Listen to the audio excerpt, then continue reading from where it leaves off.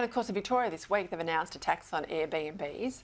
I said here on the program, I mean, once the PM said, not a bad idea, Dan, other Labor leaders would roll it out. And Anastasia Palaszczuk today makes it clear that it's on the table in Queensland.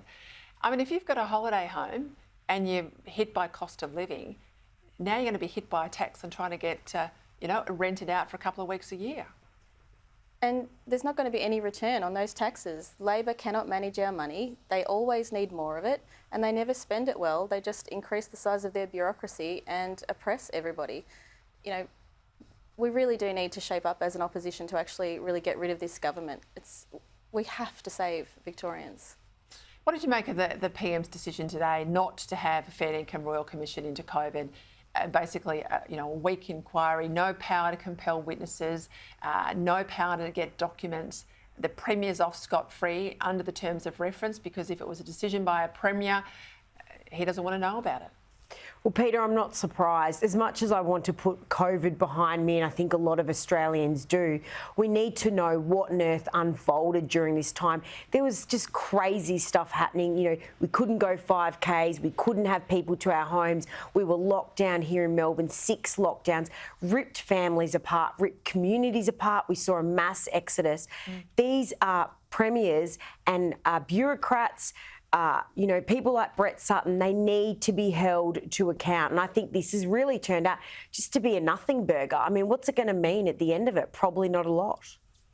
Talk to me about The Voice, because I know you've been out there campaigning pretty hard. I was at an event in Sydney on Friday night. I spoke to some campaigners from Western Sydney.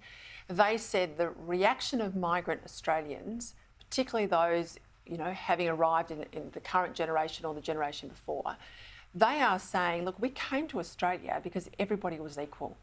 This isn't what The Voice is about. We can't support it on that basis.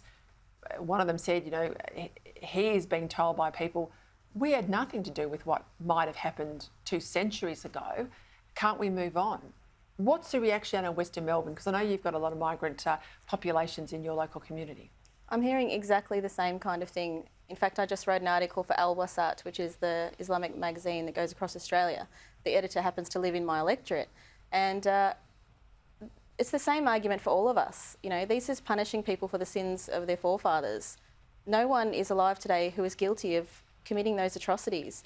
And to put into place a system where there's unequal political influence and taxation systems, it's only going to drive division, and on the basis of race. They're going to create the very thing that they say they're trying to eradicate. And of course, the more that people understand that voice means treaty, voice is just the entree, it's a way to get to treaty, that's where it loses support, doesn't it? It does, Peter, but I think the Yes camp's messaging has been really mixed. I think they've done a very poor job of trying to sell this to the Australian public, and the No camp really has to keep their messaging straight. Warren Mundine coming out on the weekend talking about Australia Day and treaties, I don't think did the No camp any help at all. So they really need to keep their message on point. But as I've said to you, Peter, on this program many times, this is not over, and I am not convinced that the Yes vote will go down yet. It's likely, but I wouldn't be saying it is. I'm with you, and the big fight too now in South Australia and Tasmania. Small populations, but they'll count in that state-by-state vote as much as Queensland will and other states. You can, I think, forget about Victoria voting no, but that's where people who are in the No camp really need to get activated, isn't it? Absolutely, and I just think the fact that we're actually fighting this based on our own principles of equality before the law as Liberals is so encouraging, and I'm so proud of our federal team, and I'm glad to see that all the Liberals are uniting on this, because this is one of our core fundamental values. I do say, though, the Victorian Liberals, they were sort of, I don't know what we're going to think here. They did not come out and stake a no position. The New South Wales Liberals are a yes position. Thank God for Peter Dutton. Hey, just quickly, this push by the Yes camp, Sophie, with apps and a whole range of things to get young people to lobby mum and dad and grandparents, because that's the demographic that's at this stage voting no, to try and have a fight in the family to get them to vote yes. Good luck with that, Peter. I think that the polls are showing that the older Australians are the ones who are sticking with a no vote. So I don't think they're going to budge much, Peter.